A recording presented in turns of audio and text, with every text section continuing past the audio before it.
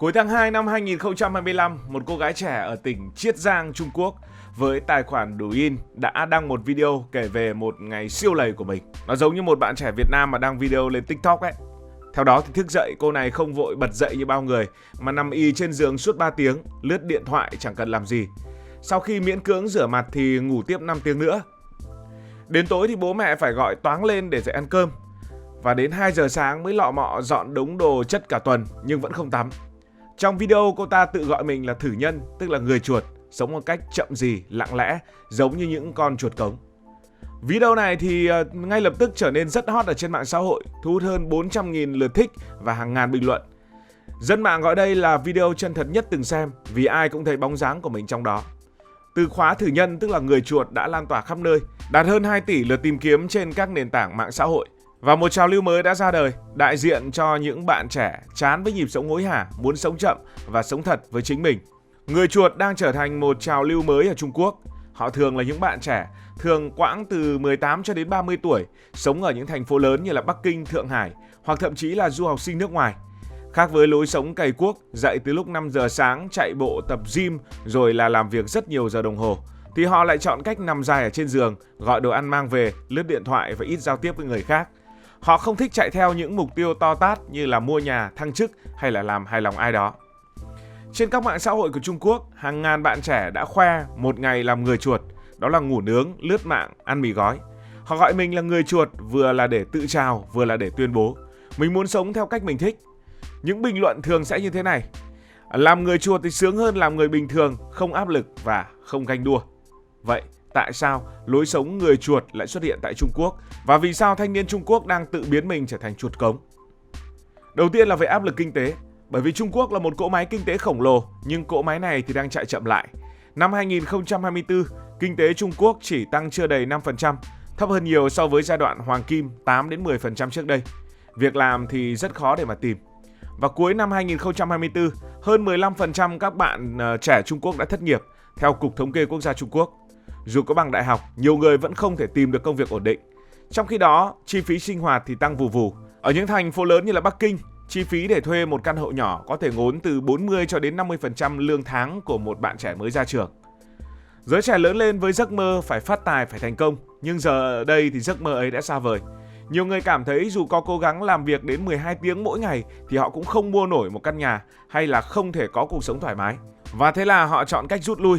Thay vì chạy đua, họ sống tiết kiệm, gọi đồ ăn giá rẻ, ở nhà nhiều hơn và chi tiêu ít hơn. Mục tiêu của cách sống này rất rõ ràng, nếu không thể giàu thì ít nhất là phải vui. Ở Trung Quốc trước đây thì mạng xã hội đã từng tràn ngập hình ảnh về lối sống hoàn hảo. Đó là những bạn trẻ giàu có, ở nhà sang, lái xe xịn và làm việc không ngừng. Văn hóa 996 ra đời, tức là làm việc từ 9 giờ sáng đến 9 giờ tối, 6 ngày mỗi tuần. Văn hóa này từng được xem là chuẩn mực, nhưng sau nhiều năm chạy theo, nhiều người trẻ cảm thấy kiệt sức. Họ đã chán việc luôn phải tỏa sáng và luôn bận rộn chỉ để chạy theo những thứ được coi là tiêu chuẩn của người khác. Hơn nữa, Trung Quốc gần đây có một từ khóa rất hot gọi là nội cuốn, tức là chỉ sự cạnh tranh khốc liệt, như mọi người đều cuốn vào một cuộc đua không có hồi kết. Từ nhỏ, học sinh đã phải đi học thêm, thi cử để vào trường tốt. Lớn lên, tiếp tục phải cạnh tranh để có việc làm để thăng chức. Hơn 60% sinh viên của Đại học Thanh Hoa, theo trường đại học này khảo sát, cảm thấy kiệt sức vì áp lực học tập và công việc. Và cách sống như những chú chuột cống là cách để những người trẻ Trung Quốc nói rằng đủ rồi. Họ không muốn dậy sớm, không muốn làm 996, cũng chẳng cần nhà cửa gọn gàng hay bạn bè đông đúc. Trào lưu này giống như trào lưu nằm im cũng đã từng xuất hiện tại Trung Quốc khi giới trẻ từ chối làm việc quá sức.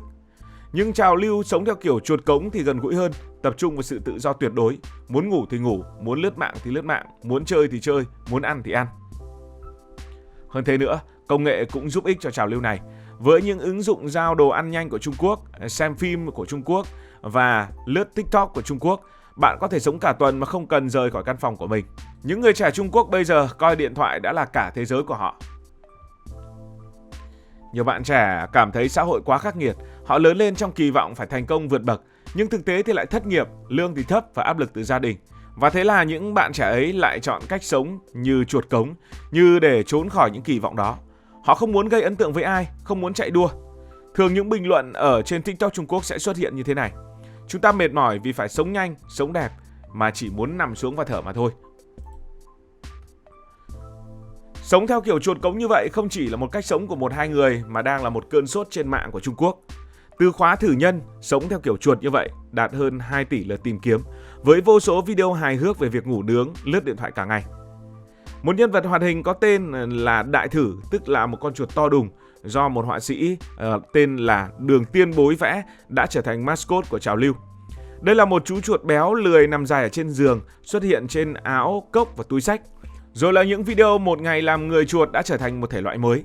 Những người trẻ Trung Quốc thi nhau khoe, hôm nay mình ngủ 12 tiếng chẳng hạn, ăn pizza được giao rồi là xem phim đến 3 giờ sáng, vân vân và vân vân. Những video này khiến những người đang sống theo kiểu như thế cảm thấy mình không bị cô đơn. Và lối sống này thì đang thay đổi cách giới trẻ Trung Quốc tiêu tiền. Vì ít ra ngoài, họ chi tiêu nhiều hơn cho đồ ăn nhanh, cho game hoặc cho những nội dung số. Và thế là các ứng dụng giao đồ ăn nhanh, giao đồ ăn vào ban đêm trở nên phát đạt hơn. Những nền tảng chia sẻ video của Trung Quốc cũng có nhiều khách hàng hơn. Nhưng họ lại ít chi hơn cho quần áo, cho du lịch hay đi chơi. Những trung tâm thương mại ở Thượng Hải ít khách trẻ hơn 8% so với năm trước. Những cửa hàng thời trang cũng ít những khách hàng trẻ hơn. Dù thử nhân mang lại nhiều niềm vui, sống theo kiểu chuột như vậy với nhiều người là một cách để tiêu khiển, nhưng thực sự thì nó mang lại những tác động lâu dài và hệ quả với xã hội. Nó có thể làm giảm năng suất của xã hội. Nếu quá nhiều người trẻ chọn sống chậm, nền kinh tế sẽ bị ảnh hưởng, đặc biệt là những ngành nghề cần lao động trẻ như là công nghệ và dịch vụ. Và thực tế thì chúng ta hãy nhìn quanh thế giới, trào lưu này không phải là mới. Ở Mỹ cũng từng có trào lưu này, gọi là quiet quitting, tạm dịch là cứ sống từ từ, sống chậm lại. Nó xuất hiện vào khoảng năm 2022 khi nhiều người trẻ ở Mỹ quyết định chỉ làm đúng nhiệm vụ, không cố gắng thêm để thăng tiến hay gây ấn tượng. Theo một khảo sát vào năm 2023, hơn 50% nhân viên Mỹ dưới 35 tuổi thừa nhận họ đang quiet quitting vì họ thấy việc cống hiến trong công việc của mình không có giá trị bởi vì lương không tăng hoặc công việc không mang lại ý nghĩa. Đây là một cách để phản kháng thụ động trước văn hóa làm việc quá sức. Tuy nhiên, cái cách ở Trung Quốc mà chúng ta đang nói sống như chuột thì đi xa hơn, không chỉ giới hạn ở công việc mà là cả một lối sống. Họ không chỉ làm vừa đủ mà còn giảm thiểu mọi hoạt động xã hội từ giao tiếp cho đến chi tiêu. Trong khi cách sống ở Mỹ thì vẫn giữ người trẻ trong guồng quay công việc, cách sống ở Trung Quốc gần như là bước ra khỏi cuộc chơi. Ở Nhật Bản thì có hikikomori, thường là những người trẻ, chủ yếu là nam, sống cô lập trong phòng, tránh giao tiếp với xã hội, đôi khi là ở ẩn như vậy suốt nhiều năm. Theo ước tính của chính phủ Nhật Bản vào năm 2023, khoảng 1,5 triệu người Nhật, chủ yếu từ 15 đến 39 tuổi, được coi là hikikomori. Nguyên nhân thường là áp lực học tập, thất bại trong sự nghiệp hoặc cảm giác không cần hòa nhập với xã hội. Trào lưu này giống với trào lưu ở Trung Quốc, đó là sự rút lui khỏi xã hội để đối phó với áp lực. Cả hai đều chọn ở nhà, hạn chế giao tiếp và sống tối giản. Tuy nhiên, hikikomori mang tính tiêu cực hơn, thường liên quan đến trầm cảm hoặc các vấn đề tâm lý xã hội nghiêm trọng và bị xã hội Nhật kỳ thị như một vấn đề. Ngược lại thì cách sống như chuột ở Trung Quốc bây giờ không hiểu tại sao lại đang được đón nhận tích cực, thậm chí trở thành một phong cách sống mới. Họ không chỉ trốn trong phòng mà còn khoe lối sống của mình lên trên mạng, biến sự lười biếng trở thành một tuyên ngôn hài hước. Còn bạn suy nghĩ ra sao về lối sống này của những thanh niên Trung Quốc và ở Việt Nam? Cuộc sống của bạn có đang chịu nhiều áp lực như vậy hay không? Hãy để lại ý kiến của bạn dưới phần bình luận. Cảm ơn vì đã quan tâm theo dõi câu chuyện này. Bạn có thể nhấn nút đăng ký kênh, bật chuông thông báo và chia sẻ. Còn bây giờ thì xin được nói lời chào tạm biệt.